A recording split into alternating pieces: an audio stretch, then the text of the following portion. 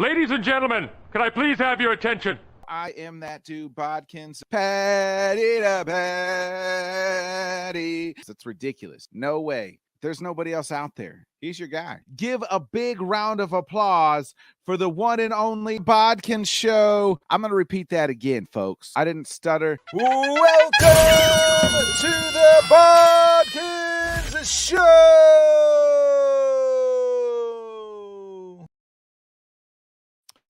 Good evening, folks.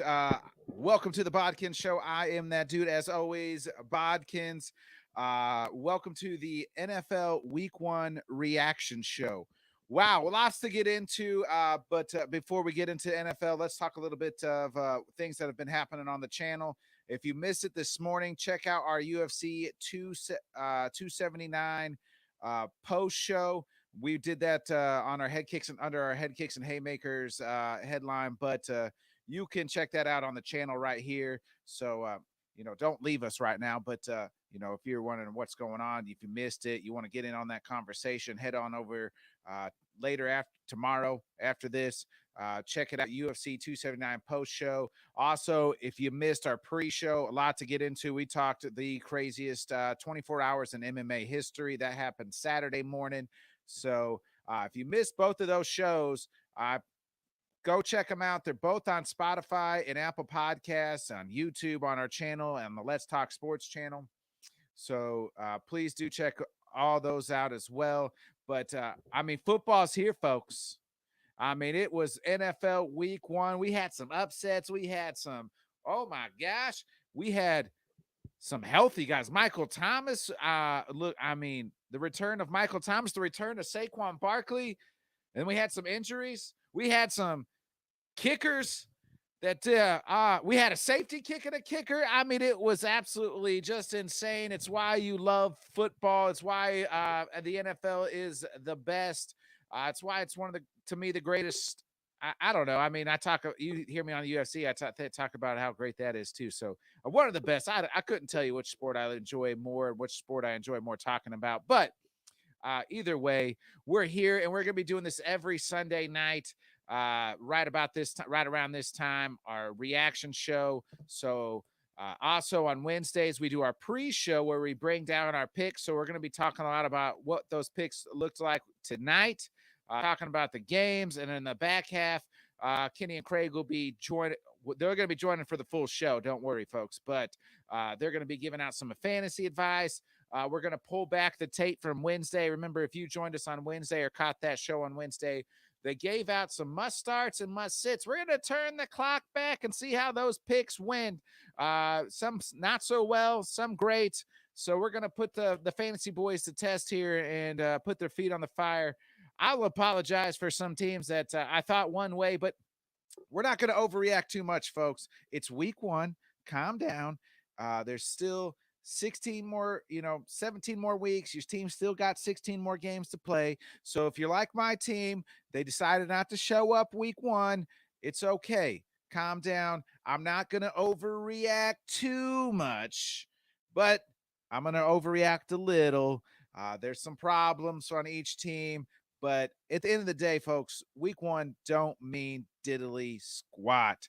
And this it's a marathon. It's not a sprint. It's a 17-week marathon. You got to play your best football at the back half, not the front half. But there's some teams that got a little chip on their shoulder, and we'll get into that. So let's go ahead and jump right into it. As always, I am joined by my main man, Kraig with a K. He's coming off happy. His Bears won. Kenny will be joining us here shortly as well. Kraig, week 1, man. Almost in the books here. Bears, Cowboys still playing it. It's a halftime. And then you got tomorrow night's game. Seattle and Denver. Week 1 was NFL reminded us why it's the top dog, I feel like. Oh yeah, man, it was a great week 1. Even there in Chicago, we had some football weather already. We had a little bit of everything, like you said. We had, safeties kicking field goals. We did have it was kind of the week of kicker jitters, maybe, because it seemed like there was missed field goals all over the league all day. But yeah, we had a little bit of everything. We had some bounce back guys bouncing back. We had some good games. We had a tie. We had almost two ties. Yeah, just an exciting week one exciting way to kick it off, you know. It is, Kraig, and let's get in. We already have our first super overreaction, and it would no other come than Chris Landez, of course. A guy who's always popping on here, and he's Mr. Overreaction himself.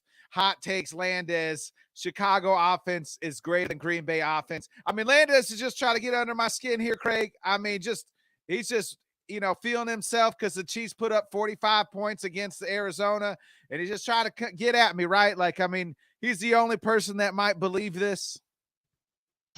Yeah, I'm a Bears fan, and I really hope everything Landis is saying right now comes true. But I don't know if I'm ready to buy into it yet. I don't know if I believe it yet. I said it in our pre-show when we were picking these games. Man, Green Bay's kind of notorious for coming out flat week one and kind of laying an egg. And to me, as bad as Green Bay looked this week, it's not that much of a surprise, and I don't think that it's something we're going to see all year. Now, I even told you today when we were kind of watching some football, I think a lot of the week one overreaction is Green Bay's offense is terrible, and it's all gone now because Devontae's gone. They're not going to have any way to move the football without having a true wide receiver. I'm not even ready to go there yet. I think Green Bay's offense is still going to be okay. Yeah, I mean, look at last year. They looked better this week one this year without Devontae, than they did with Devontae last year when they lost to the Saints like 38-3. So, I'm not going to say that missing Devontae don't hurt him, because anytime you lose a guy like that and you don't replace him with anything even close, I mean, it's got to hurt your football team a little bit. But I'm not ready to say that Green Bay's offense is just going to be a giant turd all season. Because Devontae left. As long as Aaron Rodgers is taking snaps under center, you got to think they're still going to find ways to score points. Yeah, let's go ahead. We're going to rewind back, Kraig. We're already jumping ahead of ourselves here because, Mr. Overreaction Chris Landez himself is jumping in here trying to, slander my Green Bay Packers. But let's jump in here, Kraig. Start on Thursday. What a game that was. I mean, I'm going to scroll this up here. Right here, let's look at it. Bills, Rams, 31-10. I mean, what's your initial thoughts here? We both had the Rams covering. It was Buffalo at +2.5. Kenny took the Bills, and Rob Logan, our special guest, took the Bills here. So they were on the right side starting off the week, right? What was your initial thoughts on the opener? Yeah, my initial thoughts, and I mean it's week one, so time is gonna tell if it was more the Bills defense or the Rams offense. But my initial thoughts were the Rams offense didn't look very good. I picked the Rams to cover the points, and I took the Bills on the money line. I thought this was going to be a real back and forth game and come down to a last second field goal for Buffalo to pull it out. And man, I was wrong. Honestly, if Buffalo didn't play so sloppy in the beginning, this could have been a worse onslaught than we saw, because Buffalo outplayed the Rams. I mean, from the opening kickoff until the clock hit 0 in the fourth quarter, there wasn't really a point in time. Even when the game was close, there wasn't a point where Buffalo wasn't outplaying the Rams. I do think, I mean, I've talked about the Super Bowl hangover with the loser. I mean, that could be something. Stafford's had the elbow issues, early on. So there's things that you could allude to. But my initial thoughts on that game was, man, the Rams didn't look like a title contender. That's for sure. Yeah, the Rams looked bad. I thought Matthew Stafford looked bad. Some bad throws. I mean, Josh Allen, I mean, it said over here what he had, 2 interceptions. It's not like he carried that team, but the 2 interceptions early, they had a fumble in there. They had 3 or 4 turnovers as well. Then you look at the Rams, though, Matt Stafford, he had 3 picks himself, did have the 1 touchdown. where was Cam Akers at? I mean, 3 carries for Cam Akers. No, he was nowhere to be found. I guess he's in Sean McVay's doghouse. And then you look more importantly right here. I mean, it was Cooper Kupp or nothing. 13 catches, 128 yards for Cooper Kupp, but there was just nobody else. I mean, Allen Robinson, there goes my guy. I said you had to start in fantasy that we talked about. I was dead wrong. 1 catch for 12 yards. The Rams just didn't look good at all. It was Cooper Kupp or nothing for the Rams. It's just like Stafford just, for whatever reason, couldn't get it going. I do think that the elbow issue is a little bit more, it's more serious than what they're leading on. Yeah, and I mean, a big issue in that game was Matt Stafford was on his back a lot. And that's something the Rams are definitely going to have to, that's the issue the Rams are going to have to take care of if they want to be any sort of contender. And also, I mean, Buffalo did a great job of kind of taking the Rams D-line out of the game. Josh Allen was real quick on a lot of passes. Their O-line did great. And that's the bread and butter for the Rams. So looking at that, the Rams have got a lot of work to do. One thing I know for certain coming out of this week 1 that is not a hot take is Josh Allen has got the best quarterback stiff arm in the NFL. Because man, Josh Allen though, he's gonna be a tough guy to stop. I think the only thing that's gonna stop Josh Allen might be Josh Allen taking a bunch of hits when you're up 2 touchdowns late in the 4th quarter. But yeah, outside of that, man, Josh Allen looked good. Yeah, Josh, hey, you want to be MVP, the front runner for MVP, and the Bills are supposed to be, everybody's picking the Bills to win the Super Bowl or at least get to the Super Bowl. You go out on prime time and you smash the champs, and Josh Allen looks as good as he did. He's stiffing arming folks. He's running over folks. That's a way to get ahead of everybody and say, oh, yeah, we're for real. Kansas City Chiefs, nah, we're going to be running through them. They're playing every game like it is the AFC championship, the AFC, like it's the Chiefs every game. What scares me is, like you said, Josh Allen running when you're up 2 scores. Please don't, Josh. They're not going to get where they want to go if Josh Allen ain't on the field taking snaps.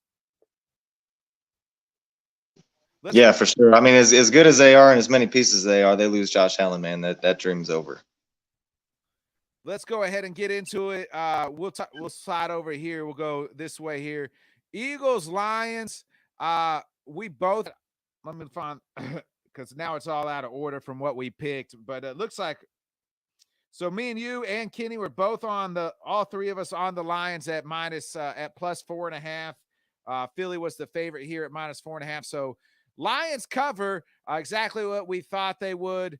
Your thoughts here? I thought Jalen Hurts, my initial thoughts, Jalen Hurts, while he didn't throw the touchdown, looked really well. The Lions did what the Lions do, got down big, and then, they just start slinging it all over the yard.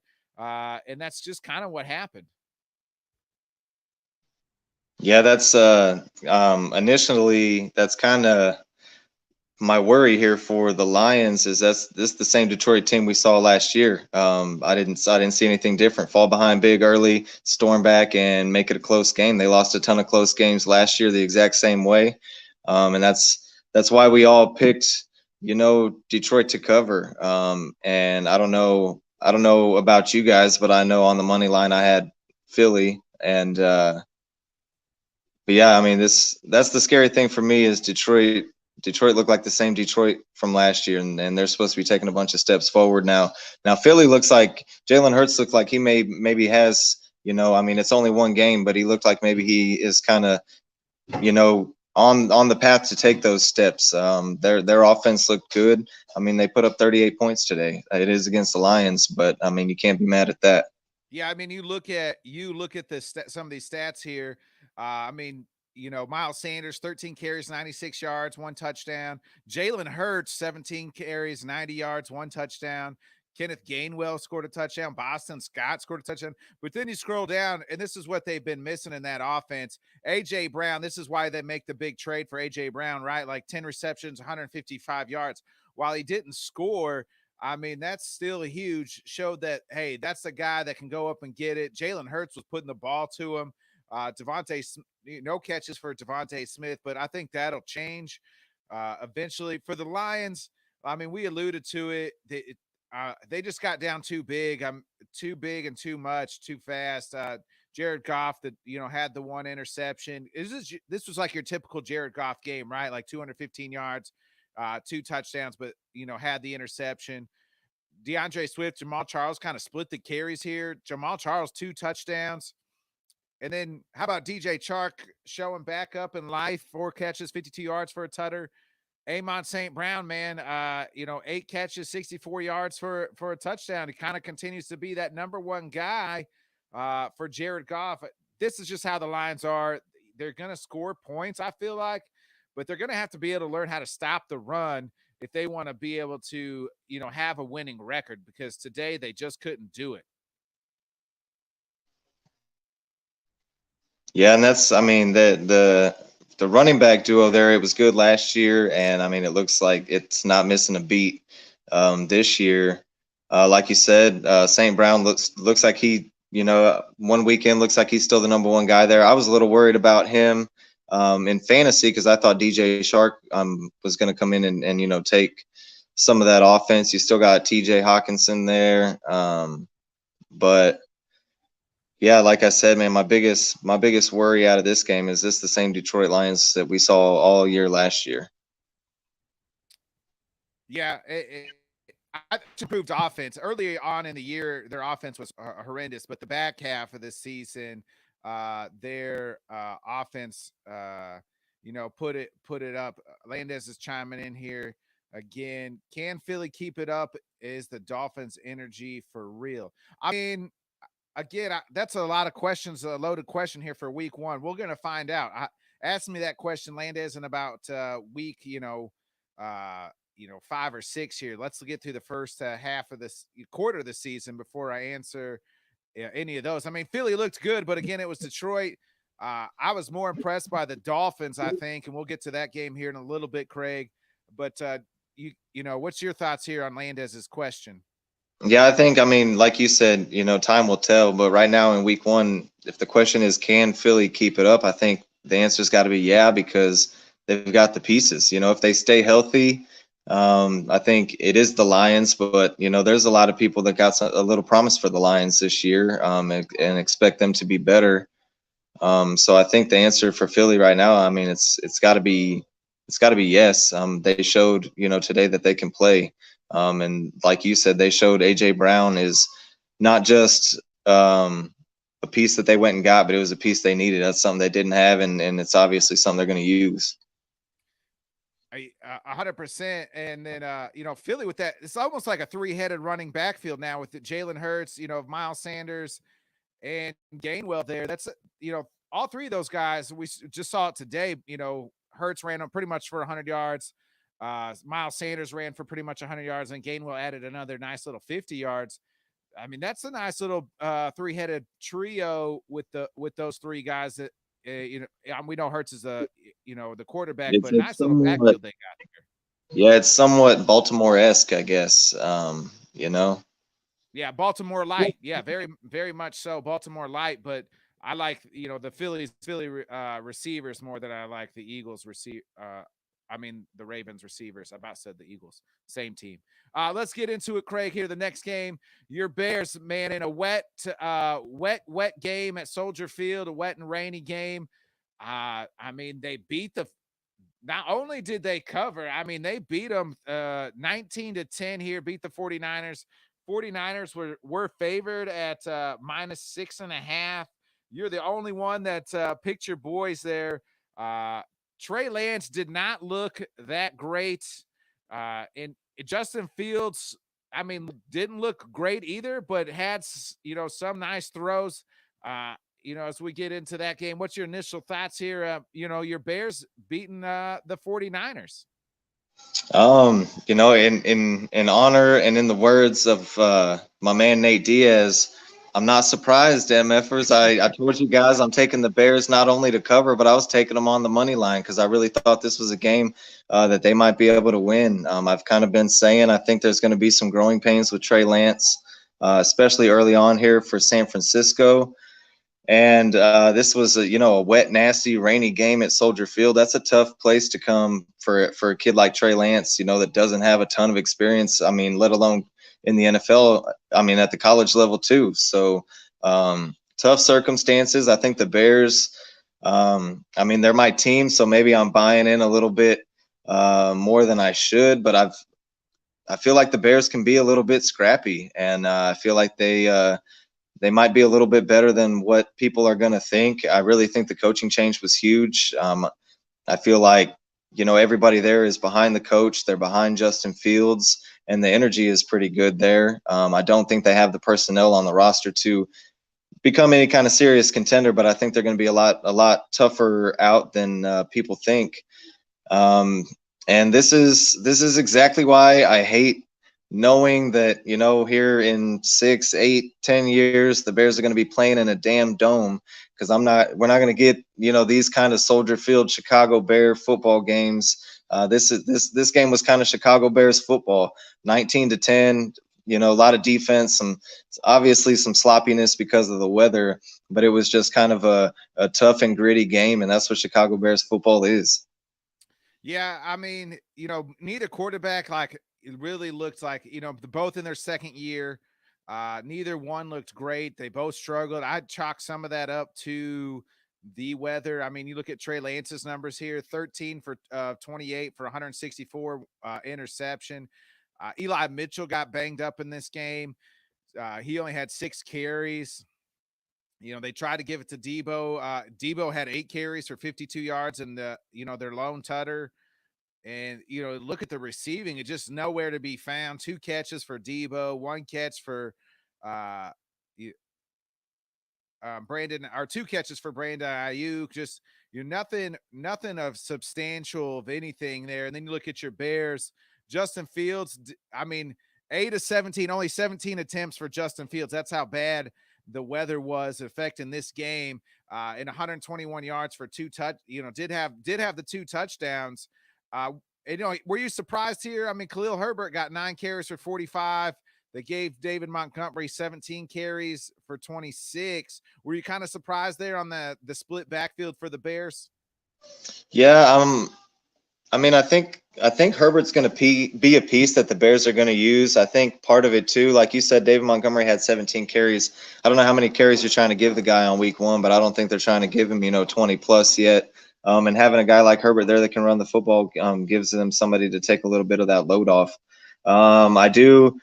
The weather played a part in this game, obviously, so I am kind of interested and anxious to see what the Bears offense looks moving forward. But like I told you guys in group, it still looked like a steaming pile of crap for most of the game. They were having trouble moving the ball. Now, San Francisco's defense is no slouch. Some people think that that's a, top 5, top 10 defense in the league this year. But I was impressed with some of the decisions that Justin Fields made, and especially on a couple of the touchdown plays. And I feel like he was looking a little less rookie-ish back there in the pocket, and when he was getting out of the pocket, he was keeping his eyes downfield. But I wasn't really impressed with the Bears offense. I'm hoping that it gets better as time goes. Yeah, neither one of those offenses looked very good. So I chalk a lot, especially the 49ers. We've seen what their offense looks like when it's humming, right? Like with Kyle Shanahan there. Bears and they had no George Kittle today too, which plays a part. Bad weather, Trey Lance. I mean, yeah, it's not it's a new offense for Justin Fields, new coaching scheme. So some of those things are to be expected, but I'm going to chalk it up to bad weather. And you're right. 3 years from now, 4 or 5 years from now, if they get that dome in Arlington outside of Chicago, those type of games like that, that's a game that they could lose if it's played in a dome, right? This played in favor, in the rain, in the elements.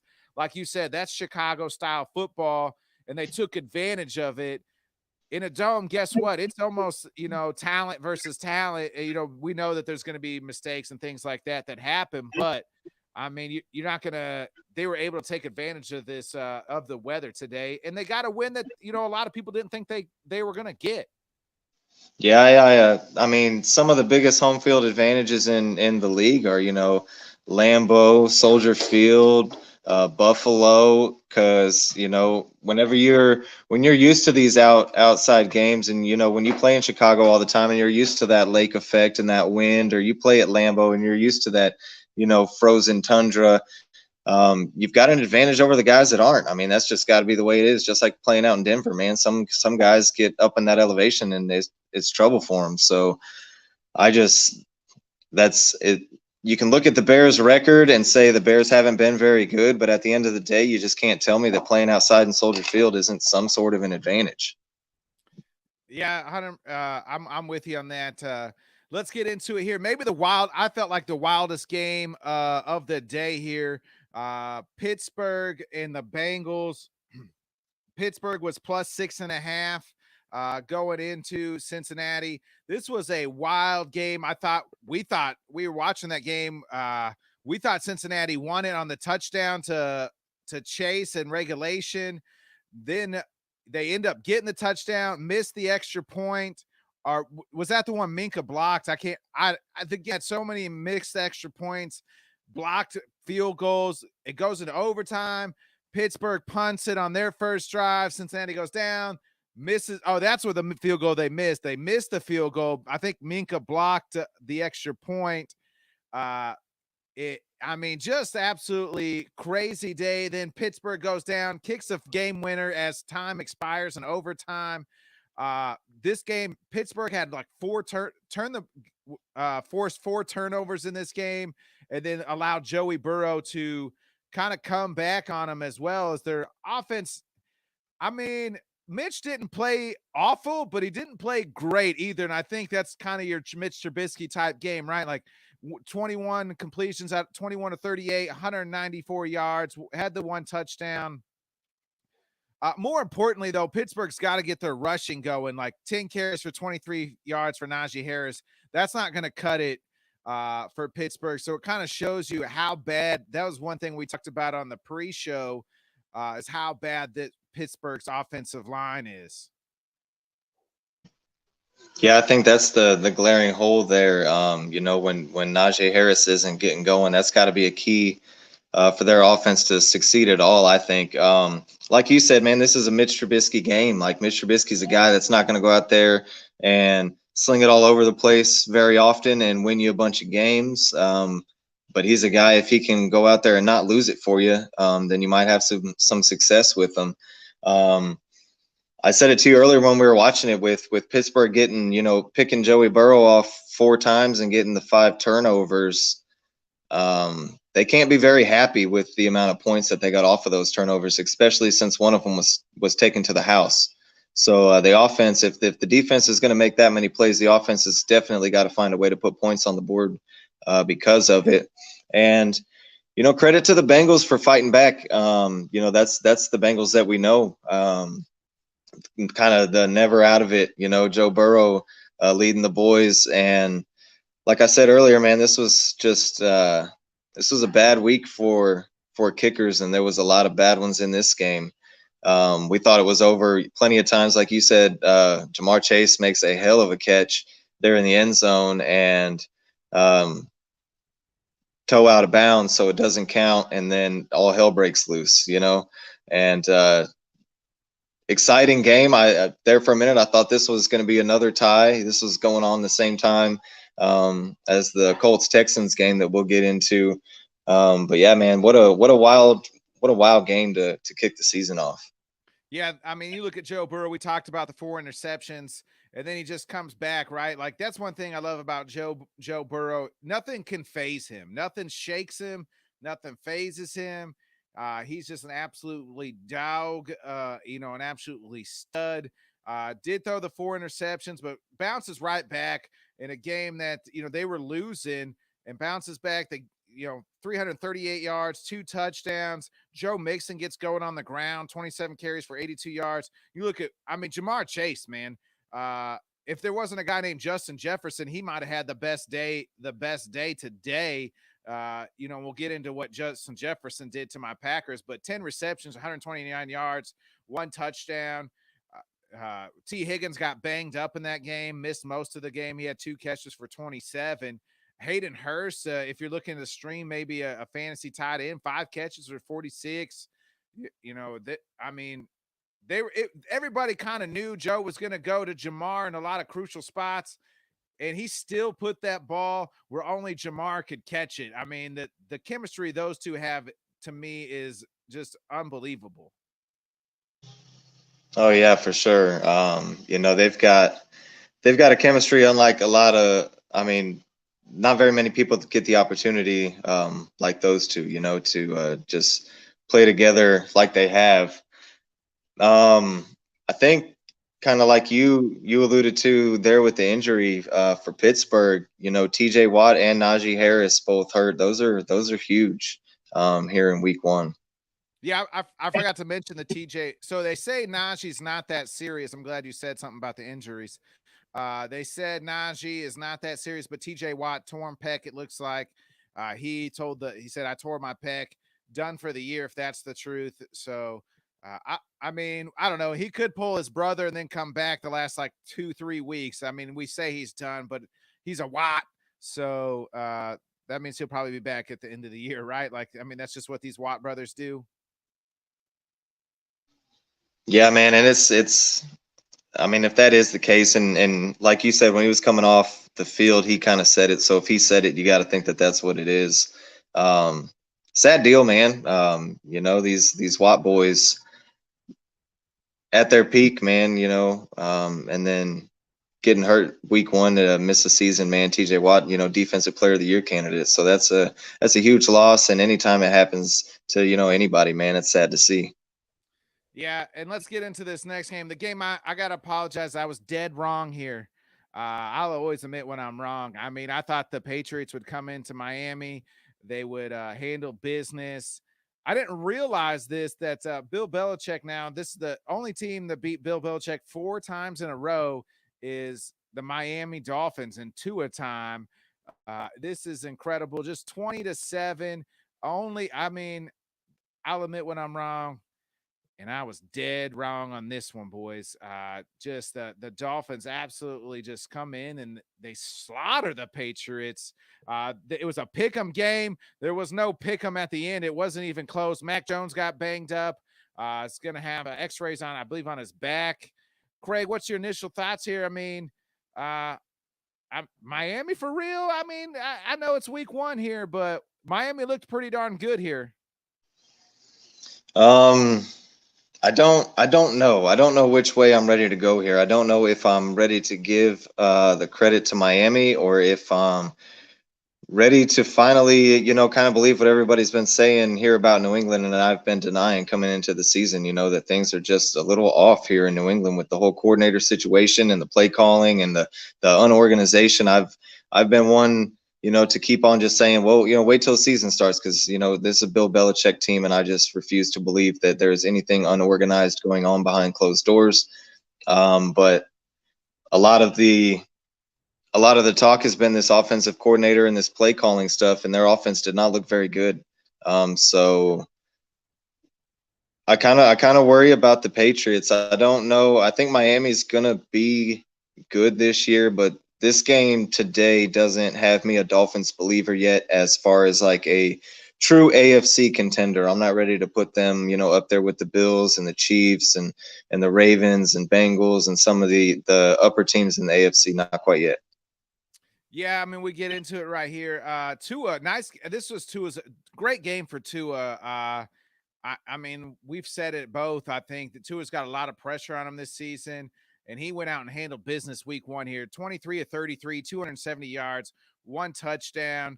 It was actually his second longest touchdown, 40 yards to Jalen Waddle's, the second longest touchdown pass of his career at 40 yards.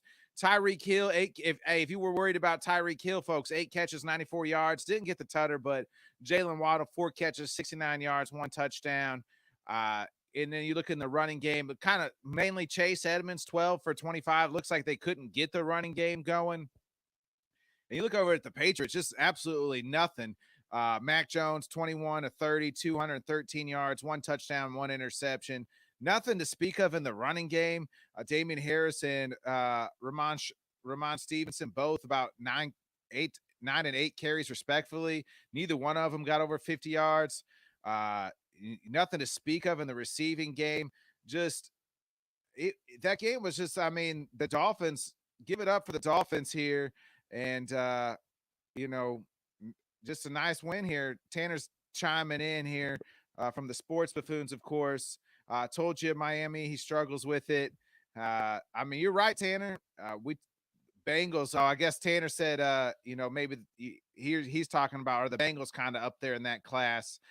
Well, not right now. I mean, the Bengals are 0-1, so you can't say much about them. And then Tanner's chiming in. Jacoby Myers had some nice catches. You can have some nice catches, but are you doing anything with those catches? That'll be the question. So, Yeah, they got to. I mean, New England's got to get the run game going. They don't have enough offensive weapons for that offense to score a lot of points if they can't get the run game going. I mean, Mac Jones. I mean, you look at the efficiency. I mean, he's making throws, but he's not. They're not throwing the ball downfield and making huge plays. Then let's get into the Baker Mayfield revenge game. And this was a typical Baker Mayfield game. I mean, like, this is exactly what this game was. Panthers were down. Exactly what I wanted, Kraig. Exactly what I wanted. I said, I want Panthers to be down with 2 minutes to go. I want Baker to lead them. He does. They get a touchdown, and then they score. They were down big. I mean, they were down, and they scored 17 points in that fourth quarter. But here comes Jacoby Brissett, leads the Browns into field goal range, hits the game winner. Cleveland sticks it to Baker one more time, Kraig. Yeah, this game was nothing what I wanted because I was wanting Carolina to come out here and just throttle Cleveland. I was wanting Baker to look great, and I've been riding that train for weeks now that it was going to happen. I mean, and then here we are. Didn't happen. Very disappointed. Very disappointing game, I think, for Baker because, Baker kind of talked it up too. And I think Baker, ever since Carolina brought him in, I think this one was circled on his calendar. So I feel like Baker's got to be a little disappointed as well. And, hats off to Cleveland. I mean, I'm somewhat anti-Browns here because of the way some of this has played out. But for Jacoby Brissett to be able to, pull out a gritty game like this, that's a good sign for him. Yeah, for those keeping score at home, I'm sorry I haven't updated the last. So Miami, you and Kenny both picked the. I'm sorry, you and Rob both picked the Dolphins. Me and Kenny were on the Patriots there, so we both had lost those. And then Kenny was on Cleveland Island on this pick. These were both the last two games for pick'ems. I mean, look at Baker. You look at Baker Mayfield stat. I said it's your typical Baker Mayfield type game, right? 16 to 27, 235 yards, 1 touchdown, 1 interception. The return of Christian McCaffrey, 10 carries for 33 yards, 1 touchdown. Baker ran another touchdown in. Hit the long bomb to Robbie Anderson for 5 catches, 102 yards, 1 touchdown. Nowhere was DJ Moore, really. 3 catches for 43 yards. So, tough day at the office for DJ Moore. And then you look at Jacoby. I mean, I'm not going to say he outplayed Baker, but he didn't make that crucial interception mistake, right? 18 to 34, 147 yards, 1 touchdown. And he did what he was supposed to do. Hand the ball off to Nick Chubb, 22 carries, 141 yards. Kareem Hunt chimed in with 11 carries for 46 and a touchdown. And then you look at the receiving core. Donovan People-Jones had a nice game, 6 catches for 60 yards. Kareem Hunt also caught a touchdown. So not bad here for the Browns here. It's, it's almost like, hey, if Jacoby doesn't, kill him with an interception, they're going to be okay. Yeah, and if they can stay in games running the ball, what is that? A total of 39 carries there. Yeah. Then you're keeping the ball out of Jacoby's hands and giving him less opportunities to make the mistakes. And that's what, and that's what I said. It's almost that him and Baker are almost even, but Baker will throw that one or two interception or have that bad play where he's just trying to, that gunslinger mentality that cost the Browns some games. And, I'm not saying it cost the Panthers here, but they just got down big and then they had to battle back. And we've seen that in a lot of Baker Mayfield games. That's why I say those your typical. It was the Baker Mayfield revenge game, but it was also your typical Baker Mayfield type game. Yeah, for sure. I was wanting to see, Baker Mayfield of college. I was wanting to see, the fire and like you said, this is just an ordinary Baker Mayfield game. Let's get into the next game here, Kraig. The lone tie of the day. Well, you mentioned it earlier. The Colts, who were the favorite, the heavy favorite, 8.5. They had the biggest spread. Well, you can see 2020 tie. Texans cover. You and Kenny were on the We're in on the Texans here. Matt Ryan, they brought him in. Nice game for Matt Ryan. I mean, 32 of 50. That's a lot of dropbacks. But don't worry, they still gave Jonathan Taylor 31 carries for 161 yards and the touchdown. Matt Ryan 352 for a touchdown. What happened here? Michael Pittman, nice game, 9 catches for 121 and a touchdown. They just didn't score enough points. I mean, they couldn't get the ball in the end zone. I mean, Jonathan Taylor, 31 carries. That's a lot week 1 here. Yeah, it is a ton, and we know that Jonathan Taylor is a workhorse. He's been a workhorse since he played college ball, but that is a lot of carries week 1. But then you look up and it's not because they weren't throwing it. Just a lot of plays in this game, and I mean this game went to overtime and all the way to a tie, so they played an entirely extra quarter, which plays into things. But yeah, I mean, if you're a Colts fans, man, you're disappointed here. I mean, the Colts are a lot of people's pick to win the division, and the Texans were a lot of people's, bottom of the league candidate. I like Lovie Smith, always have. I feel like he does well at getting the best out of some guys, and I feel like the Texans are another team that's going to be a little scrappier, a little better than people think. But I didn't expect them to tie. I mean, I expected them to lose the game. I took them to cover the points because it was a lot of points. It's a division game, and it's a road game for the Colts here, division game. So those are tough week 1. So I definitely thought that Houston was going to cover the points, but I'm surprised. And honestly, I mean, I don't know. I don't want to say that I'm a little worried for the Colts because things like these happen, but you definitely want to see a little more. Now they were without Shaq Leonard. They've lost their defensive coaching staff, so I mean it could take a little time, but their defense looked good. We'll get into it later on some of my fantasy stuff, but their defense still held up against the running game as a whole, and this is another game too that a shaky kicker affected things big time.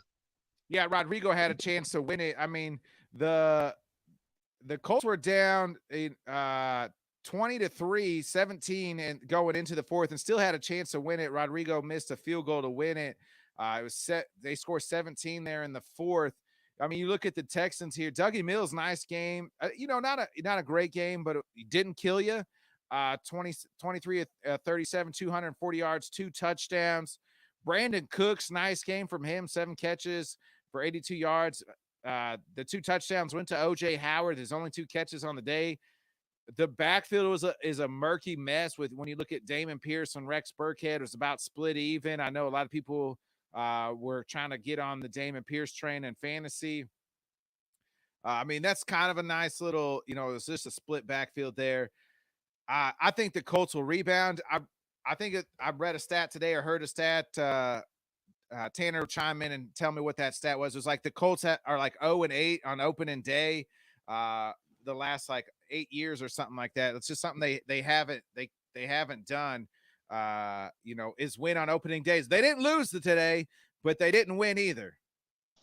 Yeah, I don't remember exactly what that stat was on last year, but the Colts against the Texans, like the combined two games, it was like 64-3 or something stupid like that. So, yeah, I mean, I just feel like if you're the Colts and you're Colts fans, you expected to win this game. So coming out with a tie is dang near coming out with a loss.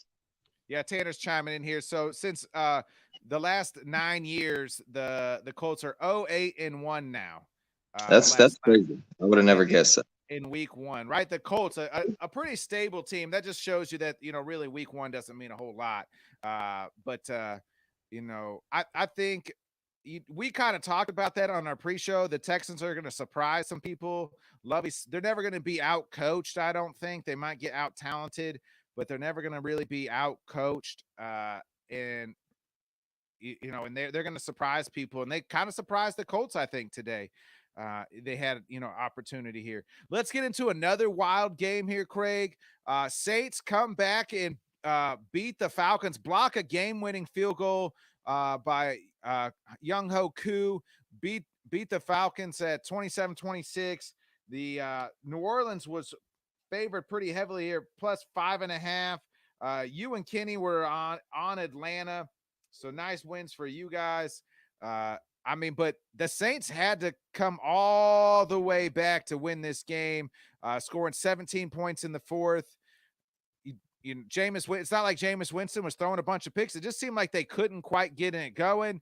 And then once Jameis started slinging it a little bit more, I mean, that's when I felt like their offense started clicking. Yeah, and this is the thing you get week one. Sometimes these teams come out kind of sluggish early on, but this was a game I wasn't watching any of it live, but I was keeping my eyes on it, and I mean, I really thought Atlanta was going to pull it out, and I didn't know what to think, if that was something with Atlanta or something with New Orleans. Now I know next week we got Falcons and Rams. I feel like that's a game that's going to tell us a little bit about both of those teams, especially after the way they each looked here in week one. Saints Falcons, man, you get these division games week one. They're going to be tough. They're going to be close. That's why I took Atlanta to cover the points, but I didn't think that the Saints were going to have to do what they did in order to pull this game out. I mean, fighting back down big to Atlanta. I know Atlanta was at home, but New Orleans, personnel wise, you look at the rosters, New Orleans is supposed to be a whole lot better here. So I was surprised at the way it went. Good sign for New Orleans, though, that Jameis got things going. That's something you can roll off of into the next week here. So like I said, it's a division game. It's hard to take, too much out of it week one. But good job for the Saints. Good job for Jameis. I think that, the way that fourth quarter went, that's something they can roll off and move forward. Yeah, I mean, Tanner's chiming in here, another ugly game. But Michael, hey, that's what I took away from this game. Michael Thomas is back, kids. If you drafted Michael Thomas in your fantasy, good for you. But good thing Michael Thomas looked healthy. He looked back. 5 catches, 57 yards, the 2 touchdowns. Jarvis, also here's another, key right here. This is a guy that I like. 7 catches for 114 for Jarvis Landry. He looked, especially in crucial situations, like a nice little dump off back for wide receiver in that slot spot. Perfect spot for Jameis. Jameis was finding Jarvis, and they were moving that ball. And then you get over here to Atlanta side. Marcus Mariota had a bad fumble near the goal line. That's kind of what started turning the tide, I felt like, for the Saints. But 20 completions, 33 attempts for 215 for Marcus. Cordell Patterson, 22 carries, 120 yards, 1 touchdown. Mariota ran in for a touchdown.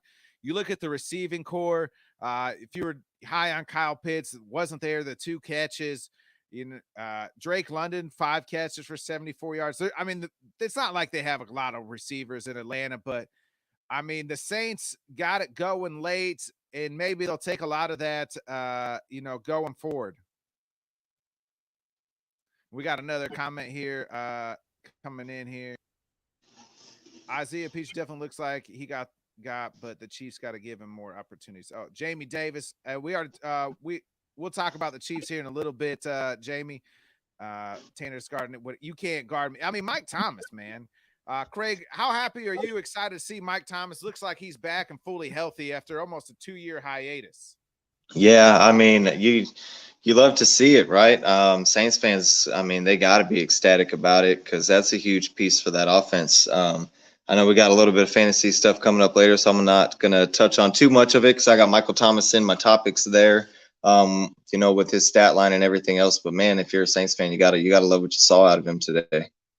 Yeah, now you look like you got some real offensive weapons, right? Like you got Michael Thomas. Chris Olave will get it. He didn't have the best game today, but he'll get it going. More experience, and then and then we're talking. You have Michael Thomas Jarvis as well. Landry, Right? Yeah, Alvin Kamara. Yeah, like that offense is ready. Yeah, that offense is going to be ready to go. We get into the. I call this the lock of the day. We all were on Baltimore. It was the lock of the week. I hammered it home plus 6.5. I said I would have took it at 14. It's 24-9. There's not really a whole lot to say. I thought Lamar Jackson looked good throwing the football, threw for 3 touchdowns. I think if you're a Ravens fan, that's exactly what you want to see out of Lamar. Did throw the 1 interception. Lamar, for what it's worth, only hit 6 rushes for 17 yards. So he was staying in that pocket and he was throwing the ball. Kraig, I mean, 24-9 here. There's not really too much to add. So much for the Joe Flacco revenge game, right? Yeah, I mean, I think there was no surprises here. This is kind of what we all expected. I think if I remember correctly, we all took Baltimore to cover. And yeah, I mean, this is just kind of what we expected. You love to see Lamar out there, especially in a game like this, that the Ravens kind of controlled the whole time. You don't need to be having Lamar out there taking a bunch of unnecessary hits, kind of like I said with Josh Allen earlier. So especially in a game like this, if you can keep Lamar throwing the ball, only 6 rushes, still won the game by 15 points. You'll take that all day. Yeah, 100%. I mean, there's no real need to go into the rest of the detail here. Let's get into this game. Another wild, close game. It was a back and forth game. Looked like the Jaguars were going to pull this one out. And then Carson Wentz, man, looked really well in his first game in Washington. Looking at it, we had, I'm trying to find, there, it was plus 3.5 Jacksonville. So Washington covers easily, or not really easily, but they do cover. It was like I said, it was a back and forth game. Kenny was on, he was on the Commander Island, so he's the only one that got that pick right. Trevor Lawrence, bad interception. It was like 2 minutes left, had a chance, had a chance to tie the game, and then they lost. Sorry, the computer is messing up there. Had a chance. Trevor Lawrence throws the interception. Game over. Commanders pulled away here. What's your kind of thoughts on Commanders and Jacksonville here? Yeah, this was the Carson Wentz, Doug Peterson kind of revenge game. And it was kind of what we thought. I mean, it was a close back and forth game. I took the Jags just because they were getting points. This is kind of one of those games, whichever one of them teams, if they were getting more than a couple of points, that was the way that I was probably going because I expected it to be close. Got to be very disappointed to see Trevor Lawrence making that mistake late. I know it was 3rd and long, but he just forced a ball into a real bad spot way down the field. And you got to let your kid know, hey, in that spot, we still got 4th down. Don't throw the game away right there. We got one more chance at it. So, if it's not there on 3rd and long and you're scrambling out of the pocket, you don't got to throw it into all kinds of coverage down the field. Just throw it away and get one more shot. And hopefully that's something, with time that he'll learn. But yeah, I don't know. Carson Wentz, I mean, I don't want to buy into it too much because Carson Wentz will give you, at least a few times a year, he's going to give you games where he looks like a solid quarterback, and then he's going to come out and he's going to look like crap against a bad team. So I'm not buying into the Carson Wentz stuff yet. But I think if you're the Jags, you I mean, you want to start seeing a little more progression. I was extremely surprised at how much we saw James Robinson in this game. This guy's coming back like he's Adrian Peterson or something. Coming off of an injury, I figured they'd be easing him back in. But yeah, I saw a heavy dose of him. So yeah, I mean, my takeaway here, I'm not buying into the Commanders and Carson Wentz too hard yet. And if I'm the Jags, you got to be hoping to see a little better decision making there from Trevor Lawrence. Yeah, you alluded to it. Wentz, I mean, 27 of 41, 313 yards. More importantly, 4 touchdowns, but he also throws the old two Wentz picks here. But Antonio Gibson, 14 carries for 58 yards. You get into the receiving. Terry McLaurin, two catches, 58 yards and a touchdown. Curtis Samuel, 8 catches for 55 and a touchdown. Jonathan Dotson, as Tanner alluded to it, 3 catches, 40 yards for 2 touchdowns. So he was kind of spreading the ball all over. Curtis Samuel got a lot of catches there. Antonio Gibson out of the backfield, 7 catches for 72 as well. And then you get over to Jacksonville, like you alluded to, Kraig. James Robinson, 11 carries, 66 yards and 1 touchdown. Travis Etienne, which a lot of people were hopeful for, especially in the fantasy, 4 carries for only 47.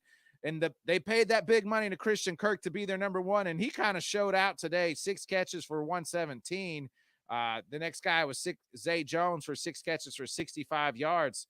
So I mean, we got to see some progression from Trevor Lawrence. Like you said, I mean, he just can't throw that pick. He gave the Commanders a chance there to win the game, and he just lofted this deep throw that just went nowhere.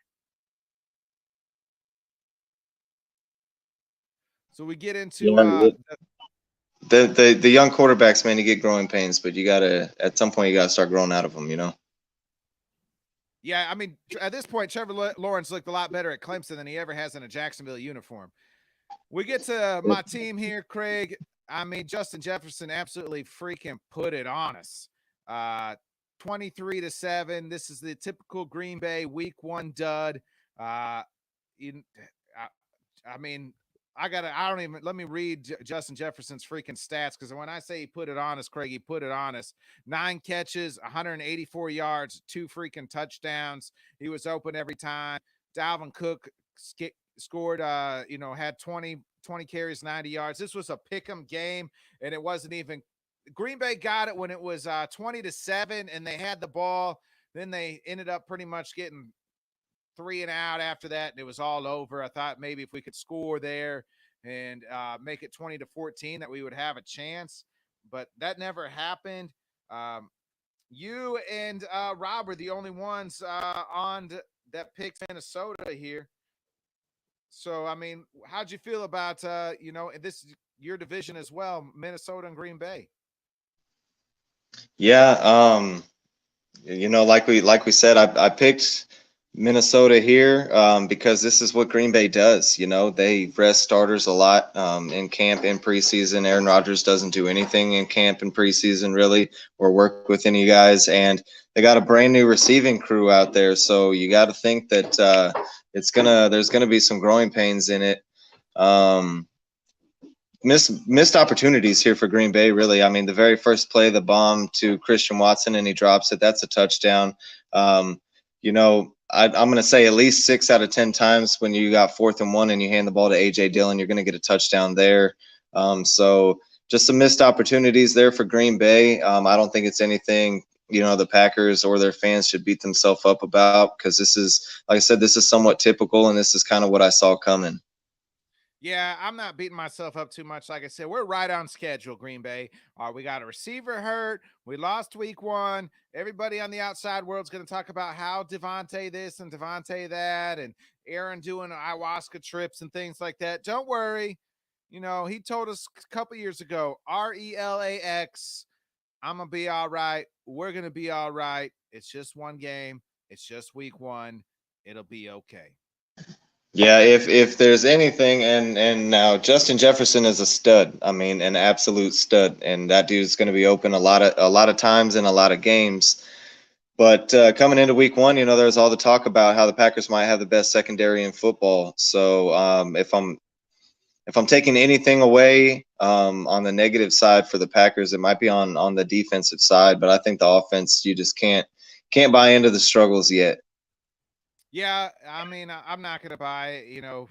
Justin Jefferson killed us, and we'll get into that real in a little bit here, a little bit later.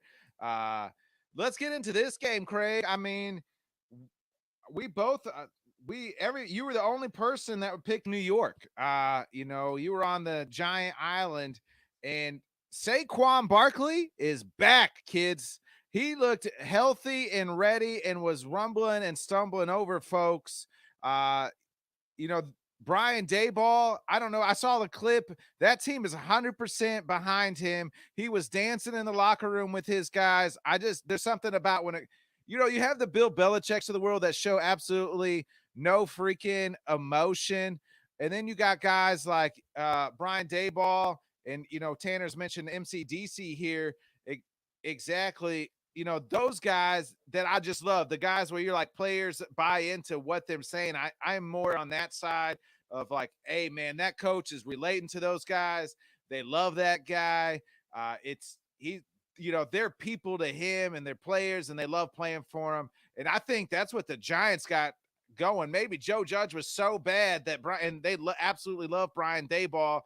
And they had a chance. I mean, Dayball, give credit to Dayball too. The game was tied 2020. Dayball or 2019. Dayball goes for two when he could have easily kicked the extra point to tie. Goes for it, gets it. I mean, you got to love the cojones on Dayball, right? Yes, that's exactly what I was gonna say, man. My biggest takeaway from this game is the fact that the Giants had the cojones to go for it there. You're on the road. We're not going for the tie. We're going for the win. And you love seeing that attitude. And like you said, man, you love seeing the players getting behind a coach. It is the Giants, and they've got some pieces there now. When Saquon's healthy, Saquon is an animal. The key is getting that guy to make it through the entire season. I definitely think they got a little swag, and on the other side, the Titans. The reason I went with the Giants here was because I said we don't really know what we've got with the Titans right now. I picked them to still win the division, but they've lost some on the O-line. They've lost some wide receivers. They've lost some on the defensive side of the ball. So Tennessee's a little bit of a question mark still. I'm kind of with you on the coaches that the players get behind, but I do. Not very long ago, there was a coach in Chicago that had Club Dub after the Bears would win games, and we went 12-4 his first season, and that dude's out of town now because Matt Nagy turned out not to be a very good coach. He was just a pretty good little party thrower after wins, I guess. But I think Daboll's got something going here in New York, and it's the NFC East. So in the NFC East, if you can win 8-9 games, you're in the hunt, and the Giants might be able to do that. Yeah, I think you saw the game plan right for the Giants. 18 carries. I said Saquon's back. 18 carries for 164 yards and 1 touchdown. It's just, hey, we're not going to, Danny, don't screw it up. He had only 17 to 21 for 188. Did have 2 touchdowns, though, through the, had always, of course, the one Danny Dimes interception that he's always going to throw. Sterling Shepard, in the receiving area. I mean, it was just, there's nothing. Saquon is it, led the team in targets, catches for 6 for 30. Sterling Shepard, 2 catches for 1 touchdown. No catches for Kadarius Toney. Only 2 catches for Kenny Galladay. And then you get to the Titans. Derrick Henry, 21 carries, 82 yards. So they give it up for the Giants defense, holding Derrick Henry under 20 yards. Tannehill, 20 of 33, 266 yards, 2 touchdowns. They just didn't score enough points. I mean, I kudos to the Giants defense. Yeah, at the end of the day, the Giants, basically they tightened the Titans. They played the game, just take the ball out of the quarterback's hands, only make him have to make a play when he needs to and run the ball down your throat. And Saquon, you just look at the numbers. Saquon had a whole lot more success running today than Derrick Henry did, and that's a big difference maker. Yeah, let's get into everybody's favorite darling here, and they looked like everybody's favorite darling. the Chargers, I mean, that new revamped defense with Mack and Bosa absolutely took it to Derek Carr. And we've kind of said, hey, the Raiders have no offensive line. That's going to be their downfall. And by God, I wouldn't, that was their downfall today. Derek Carr, two touchdowns, 3 picks, but Chargers, man, they looked really, really good, that new revamped defense. Yeah, they did. The Chargers came out and they were up multiple scores, and the Raiders found a way to battle back in. So again, the Chargers almost found a way to charger it up. I mean, the Raiders had the ball and had possession with a chance to come down the field and take a lead. And luckily, the Chargers spent a ton of money to get some defenders in there, because that's what they got to do. Because somehow the Chargers always find themselves, instead of the ones with the ball, somehow they find, the other team's got the ball and their defense has got to make a play. So I think the investment showed that it was worth it. And kind of like you said, and I believe we both said in the division breakdowns, that's the Achilles heel right now for the Raiders, is that offensive line. There's a lot of good defensive linemen in this division, and that's going to be a problem for them. Yeah, I mean, looking at the Raiders here, 10 carries, 57 yards for Josh Jacobs. Devontae was Devontae, 10 catches, 141 yards in the touchdown. And then, Darren Waller, 4 catches for 79 after that new contract extension that just happened. Hunter Renfrow, 3 catches for 21. And you get to the Chargers, Keenan Allen, already on midseason form, hurts his hamstring. Austin Eckler, only 14 carries for 36. You look at Justin Herbert, though. I mean, this is your boy here, Kraig. I got the hard on for Joey B. You got the hard on for Herbert. And Herbert, 26 to 34, 279, and 3 touchdowns. And I mean, Keenan Allen, 4 catches for 64. Look at Mike Williams, only 2 catches for 10 yards. So, I mean, Herbert was kind of spreading this ball all over. I mean, they had 1, 2, 3, 4, 5, 6, 7, 8, 9, 10 different Chargers caught a dang ball. So, and all of them caught more than one. So he was kind of spreading it around here as Keenan Allen kind of also went out. Yeah, that's actually a pretty insane stat, I would think, right there. 10 different guys catching multiple balls. I mean, you got to think anytime a team has got the personnel to be able to do that, that's going to be an issue. And Justin Herbert was making some throws today, man. I mean, it's throws we know he can make because we've seen him make them. But yeah, to me, Justin Herbert's no fluke, man. I think that kid's the truth. Yeah, and then let's get into the last late game here. The absolute beatdown. The Chiefs just, hey, everybody everybody all season, hey, we're talking about the Chargers, you were talking about the Raiders, you were talking about the Broncos, you forgot about Kansas City, folks. Me and you said it. Hey, Andy Reid and Patrick Mahomes, me, you, and Rob all picked Kansas City to cover. Not at 4.5. I think it ended up being 6.5 by game time. It was 6.5. It was 10.5. It was 15.5. It was damn near. It was 20.5. I mean, 44-21 absolutely took the Cardinals to the woodshed and just beat the brakes off of them.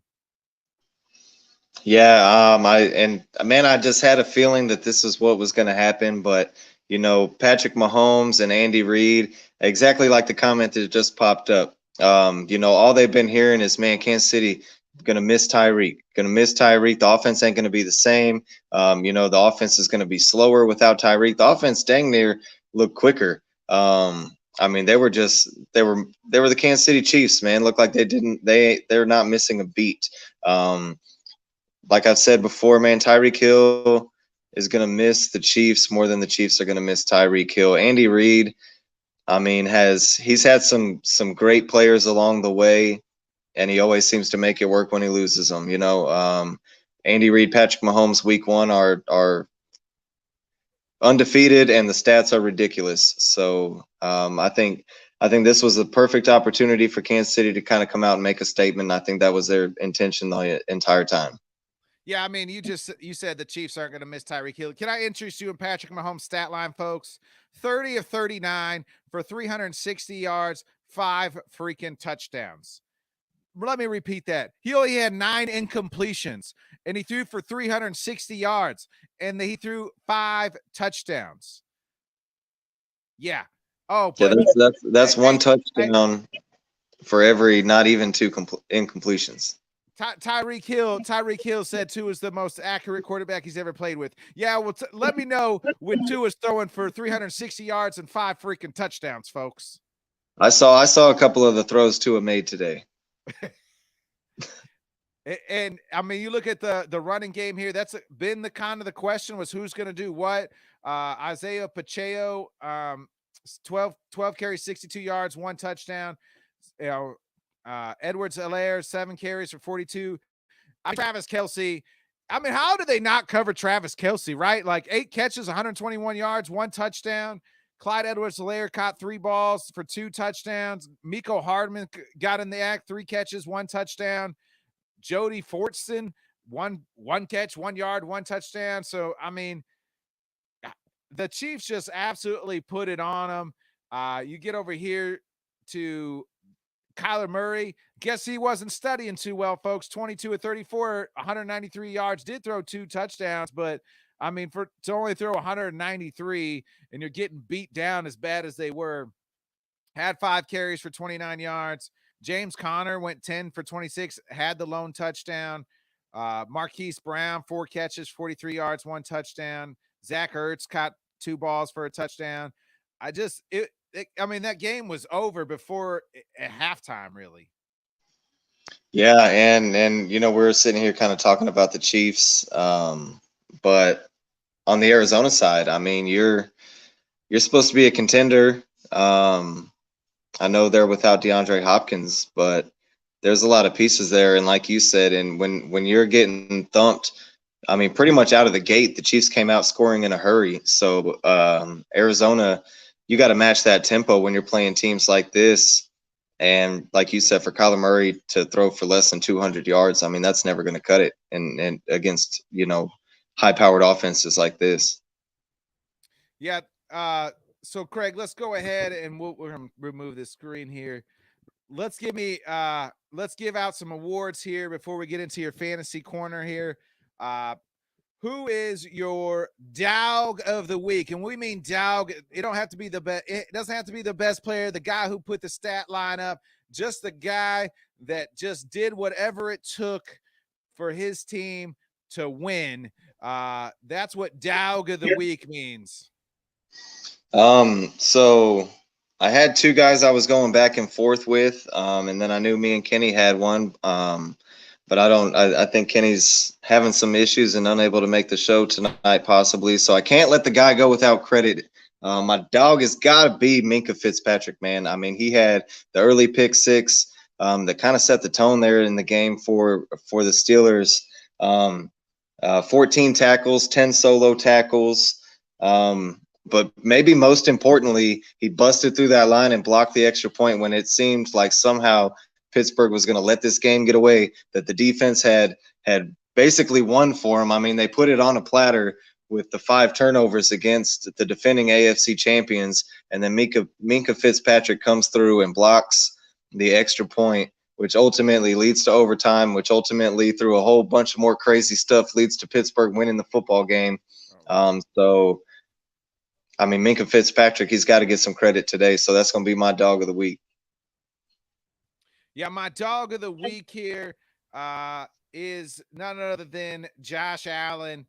Josh Allen, just what he did to the Rams, what he did to show Josh Allen is getting a lot of hype to be MVP, and he went out on prime time, game 1, took it to the reigning Super Bowl champs, and put it on them. Was running over folks, trucking folks, stiff arming folks. That, folks, is a absolutely dog. When they needed a play, when the game was somewhat close, he made it. When the game was a blowout and they needed a first down, He freaking made it either with his arms or with his legs. He showed the world, hey, y'all, I am here. Y'all thought last year on the AFC divisional game was a fluke. No, I am a dog. We are for real. Keep picking us, Buffalo. Y'all weren't wrong. I'm going to show everybody that I can take this team to the promised land. Josh Allen, dog of the week here. Kraig, so on the opposite end, who is your turd of the week? And you know what that means. Just somebody, it can be a team, it can be a unit, it can be a person who absolutely just pooped the bed and just awful. So there might be, not even might be, statistically there is bigger turds out there than the guy I'm going with. But the guy I'm going with, I'm taking a little personal because I was riding the damn Baker train so hard for so long. And this guy comes out today on the early slate of games and the afternoon games, and he's got the 4th lowest QBR out of anybody out there. Going against the dang Cleveland Browns, Baker was supposed to show up. This was supposed to be the best Baker Mayfield that, you know, we've seen in a while. I was wanting college Baker back, and he did not deliver. He had 1 touchdown, 1 interception. Only threw for 235 yards, and 75 of it was on the huge play to Robbie Anderson. So without that, he's at 160 yards. So Baker is my turd because he just didn't get it done for me this week. So Tanner's chiming in. His dog of the week is Daniel Jones, Danny Dimes. I'm more on the Saquon being the dog. If you were going to give somebody a giant dog of the week, and I don't know if we're doing coaches, but Dabo the dog going for it. Hey, you know, hey, going anybody for can be dog. Anybody can be, yeah. Hey, you want to give a coach a dog? Hey, anybody can be dog of the week. Turd of the week, he's got Devontae Smith. Before I get into my turd here, the Cowboys are down, and it looks like I just got an update. Dak Prescott's leave Sunday night game with Bucks to have throwing hand looked at, so that's not good. So Tanner's kind of chiming in here. He took some mean hits to win that game. I'll give you that. He did take some mean hits, Tanner. So let me get up to my big styling piece of crap turd of the week, and that goes to the Green Bay Packers freaking secondary. You let Justin Jefferson just doo-doo on you all freaking day. 9 catches, 184 yards, 2 freaking touchdowns. I mean, I was hyping this defense up. This defense is supposed to be to get us to wait and carry us until our offense gets going, and they absolutely were nowhere to be found. I've been chiming in all year, all off season, saying, hey, the Packers secondary, top 5. Jair Alexander's back. Where the hell was he at? Nowhere, Kraig. I mean, they were running zone. Stick Jair one-on-one with Justin Jefferson every play. If he gets beat, he gets beat. But by God, let one-on-ones happen. I mean, the few times Jair was matched up one-on-one, he kind of won some of those battles. But every play, it was to Justin Jefferson. Oh, they needed the first down. There's Justin Jefferson. Oh, we had them back at their own 1. There's Justin Jefferson for a 45, 85-yard bomb. Almost scores a touchdown. Oh, my gosh. The big pile of turd crap is the Green Bay Packers secondary. They need to go back, rewatch film, remember who the freak they were, because they absolutely suck. I just cracked my phone smashing the hammer. No. Luckily I got a case on it. I mean, yeah, the Packers secondary struggled, but you know, they're your turds of the week right now. Next week they're going against the Bears wide receivers, and they might be your studs of the week. So, you know, that could turn around in a hurry, man. Justin Jefferson, I know it hurts to see him shred your secondary, but he's going to be doing that to a lot of teams this year, I have a feeling, man. So I still think that Packers secondary is good, but it is slightly concerning just because of the hype going into the year here. 100%, Kraig. Let's get into the fantasy stuff here. Your fantasy corner. Let's start out with your must starts of the week. How did they do? I don't even remember who they were. You got your paper there? Yeah, so I had them written down here. So my first must start of the week was Gabe Davis against the Rams, and he outperformed his projection, which that's usually kind of what I'm looking at on my start sits. Is if I think a guy is going to outdo his projection, then I feel like you got to start him. And if I feel like they're going to be under it, then I feel like you got to sit him. The second guy I had for my must start was Dameon Pierce. He got 11 carries and I think 1 catch. That's 12 touches. I said I figured he was going to get 12 to 16 touches. I just thought he was going to do a little more, and I thought he had an opportunity to get into the end zone because I thought there was going to be a whole lot of rushing in this game. Dameon Pierce only scored 14.9 fantasy points, so I definitely missed the mark on Dameon Pierce this week. And then my third.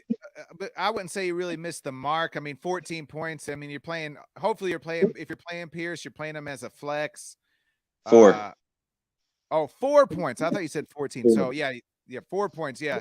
No, then you were right. You missed the mark on that one. So you're 1 for 1. Who was the? And I know you had one more. Did you had one more, right? And then the third one I had Hollywood Brown against the Chiefs because I thought that game was. I just thought they were going to have to shoot it out to keep up with the Chiefs. Hollywood Brown did have a decent day. He did 14.3, slightly over his projections. So I guess I can take that as a win. But honestly, I thought he was going to do a little more. And then who were your must sits that you had to sit if you could, and how did they do? My first must sit was Chris Godwin, which that game's going right now, and I haven't had a chance to even see his fantasy line, so I'm not 100% sure how he's doing. So I'm going to move down to my second guy was Devin Singletary against the Rams. The Rams are just tough on running backs, and the Bills had that 3-headed monster. Now Devin Singletary did look like he was going to get the big share there, but part of that might have just been because both the other guys had fumbles early in that game, so Devin Singletary, they just kind of stuck with him. But he only put up 8.2 fantasy points. It was less than he was projected, so I'll still take that on the sit list. And then my last must sit of the week, he slapped me right in the mouth for putting him on my list. It was James Robinson. I just thought James Robinson was going to be eased back into things. He's missed time here early in camp and preseason, and they weren't even sure if he was going to play week 1. And I just thought if he did play, he was a guy that I didn't want to start because you didn't know what kind of production he was going to give you. And then he goes out, he puts up 19.9. So 20-point week out of James Robinson. I mean, he smacked me right in the mouth for saying to sit him. Yeah. So Chris Godwin to back up, 3 catches for 35 yards. He's got 6 points. So I think you're all right on that one. Before we get out of here, Kraig, give us your hold on. We got some comments coming in here quick. Before we get MD.1 said, what's up, MD.1? Welcome to the Bodkin Show. Also, I had to scroll back up because I wanted to get to this before we get here. Here it is. Landez says Buffalo and Chiefs versus rest of the NFL. Are you on agree? Mr. Classic, Mr. Overreaction Landez here. Is it Buffalo and Chiefs the class of the NFL versus everybody else? I don't know about versus everybody else. I mean, it is just 1 week. I think definitely we're not counting out Kansas City, and I think definitely everybody that's picking Buffalo to go to the Super Bowl, you got 2 legs to stand on right now.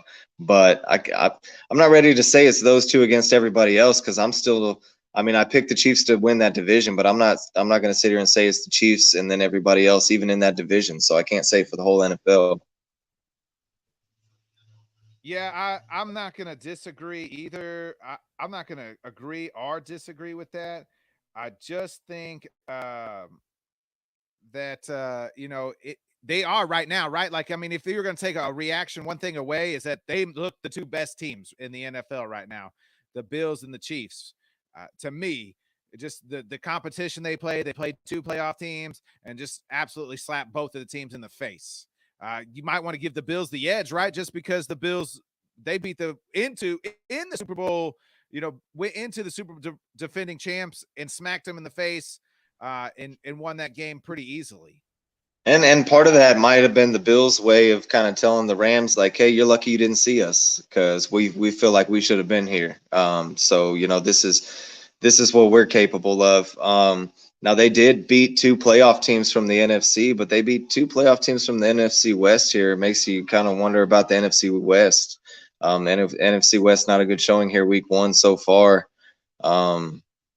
So yeah, I mean, time will tell, man. But Kansas City and Buffalo, they definitely look good. But I just don't know if I'm ready to say it's those two and then everybody else. There's some other teams up there with them, I think.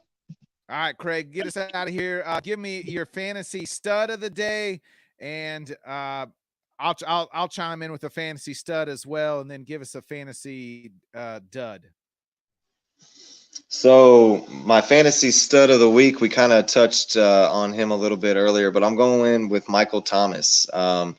If you got Michael Thomas on your fantasy team, I'm guessing you got pretty good value where you got him at. We hadn't seen him out there on the football field, let alone in your fantasy lineups for a long time. He was projected at 12 points, and he scored over 22.7.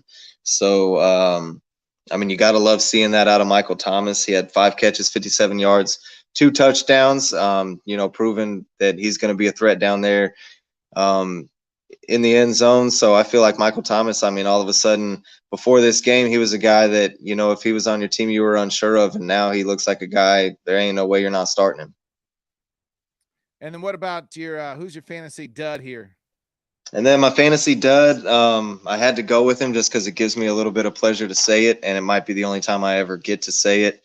But I got to go with Aaron Rodgers. Aaron Rodgers was projected at 20 points this week. He only put up 2.7 fantasy points, threw for less than 200 yards, did not have a touchdown, and had 2 turnovers, 1 pick, and 1 fumble lost. So, I mean, if you had Aaron Rodgers starting for you in quarterback, I had Matt Stafford starting for me this week, and that one hurt. And I feel like if you had Aaron Rodgers starting, that one hurt you even a little more.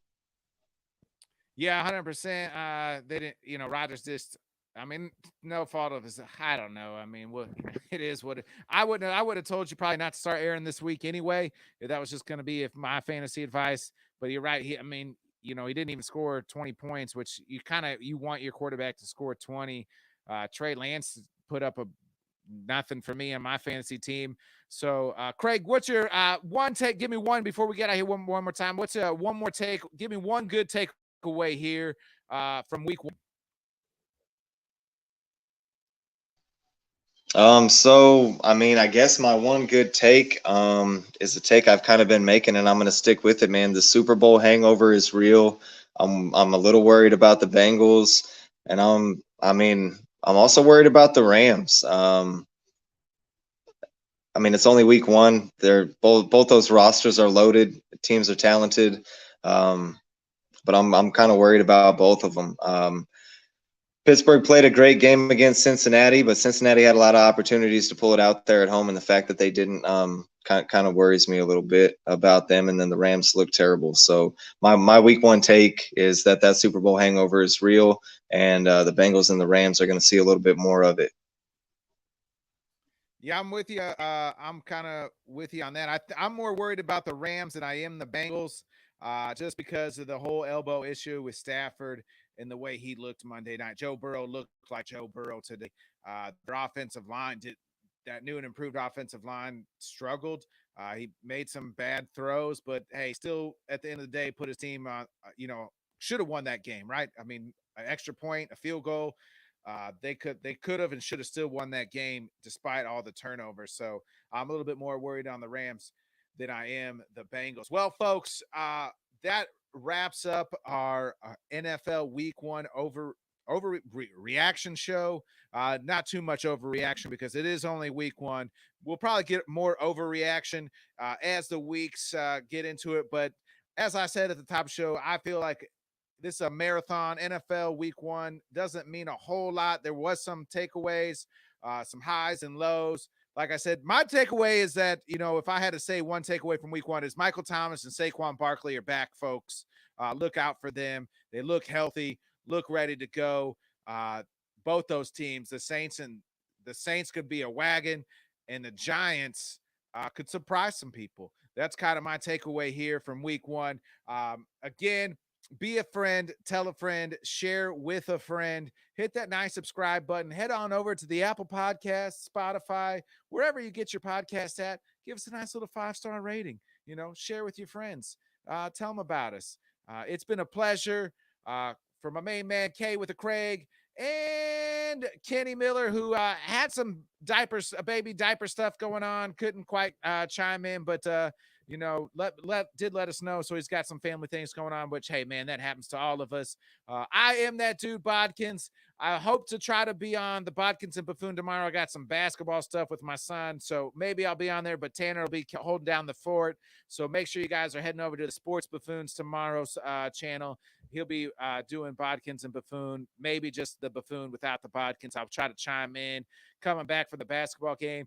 Also, Let's Talk Sports is about to go live, I believe, on their post show. They're going to be doing a Monday night pre-show and post show. Every night there's football. Let's Talk Sports got you covered. And every other day, Let's Talk Sports got you covered. So my man, Dan Harris, make sure you're heading over there, hitting that subscribe button. Hit the nice little bell in the corner for all those guys. Us, the Let's Talk Sports, and the Bodkins channel.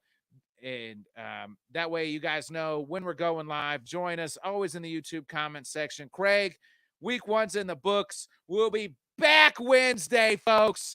Back Wednesday night, 8:30 p.m. Central again. We'll be breaking down week 2, making all our picks. I'll tally up the week 1 picks here later on and give those updated standings in week 2 as we begin week 2. We'll have a new guest picker. I'm excited. Week 1 in the books. Christmas is over, and now I can't already wait for tomorrow's night's game. The Bucks are putting it on the Cowboys.